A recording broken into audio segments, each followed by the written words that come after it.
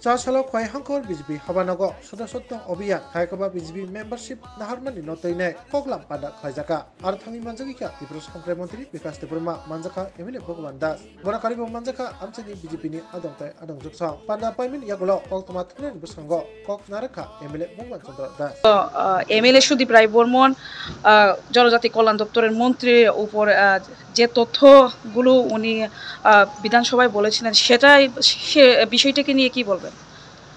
Actually সেই বিষয় নিয়ে যদি আমাকে বলতেই হয়, আমি বলার অনেক বিষয় আছে, কিন্তু আজকে আমাদের মাননীয় রাজ্য সভাপতি একটি সাংবাদিক সম্মেলন করেছেন, আমিও ছিলাম সেখানে। তো তার মাধ্যমে আপনারা হয়তো অনেক কিছু জেনেছেন। দ্বিতীয় বিষয় হচ্ছে, আমরা বলিনি সেই 88 থেকে 93 সেই সময়টা কিন্তু আমরা বলিনি। কি হয়েছিল ত্রিপুরা রাজ্যের মধ্যে, এটা লুটপাটের মানে রাজত্ব কায়েম হয়েছিল। তো আজকে তারাই মানে বিভিন্ন ধরনের দুর্নীতির অভিযোগ আনছে। মানে এটা মূল বিষয় হচ্ছে যে আজকে সারা ত্রিপুরা রাজ্যের জাতি জনজাতি অংশের মানুষ এই রাজ্যের উন্নয়নের দিশায় সবাই বিজেপিকে মজবুত করার জন্য এগিয়ে আসছে, সবাই উন্নয়নের দিকেই চেয়ে আছে। সেই জায়গাতে তারা জনগণের যে মুড সেটাকে মানে ডাইভার্ট করার জন্যই এই ধরনের একটা বিভ্রান্তি ছড়ানোর চেষ্টা, সেটা আমি বলবো।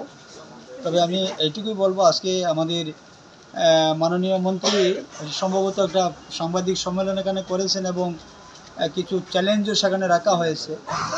তো আমি আর কি বলবো সেখানে। স্যার, মাননীয় জনজাতি কল্যাণ দপ্তরের মন্ত্রী বলেছেন সম্পূর্ণ ভুল তথ্য দিয়েছেন এমএলএ সুদীপ রায় বর্মন, সেই বিষয়কে আপনি কিভাবে দেখছেন? এইবার যদি মন্ত্রী সেই কথা বলে থাকেন, আমি সেটা স্বীকার করে নিচ্ছি, কিন্তু আমি বলবো তাহলে সুদীপ রায় বর্মনজির দায়িত্ব এবার সেটাকে প্রমাণ করা। স্যার, আরেকটি কথা রয়েছে, যেহেতু আপনিও সেই পার্টির একজন লিডার, এমএলএর আগে আপনারা তো লিডার, তো এখন পর্যন্ত আপনাদের পার্টির তরফ থেকে কেউ কিছু বলেননি সেই বিষয়টিকে নিয়ে? বলেছি আমরা, আজকেই আমরা সাংবাদিক সম্মেলন করলাম দলীয় কার্যালয়ে আগরতলাতে, আমরা পার্টি বিষয় করেছি। ঠিক আছে, কারণ ভারতীয় জনতা পার্টি কোনো অবস্থাতেই যে দুর্নীতি মানে প্রশ্রয় দেয় না, যেটা আমাদের মাননীয় মুখ্যমন্ত্রী আমরা দেখছি এবং আমাদের কেন্দ্রীয় নেতৃত্ব দুর্নীতির বিরুদ্ধে সবসময় আমরা লড়াই করে এসেছি, এবং দুর্নীতির বিরুদ্ধে লড়াই করেছি বলেই আজকে আমরা সরকারের দ্বিতীয়বারের জন্য এসেছি। সুতরাং দুর্নীতি আমরা দেখেছি 88 থেকে 93 আর 93 থেকে 2018 সাল পর্যন্ত দুর্নীতির মানে আতুরঘর হয়ে গিয়েছিল ত্রিপুরা রাজ্যটা। আর আজকে তারাই মানে এইভাবে সামনে এসে কথা বলছে, মানে নিজেদের কলঙ্ক ঢাকার জন্যে অন্যদের উপর দোষ চাপিয়ে আজকে জল মানে যেটাকে বলে মানে ঘোলা জলে মাছ শিকার করা, এই করছে আর কি।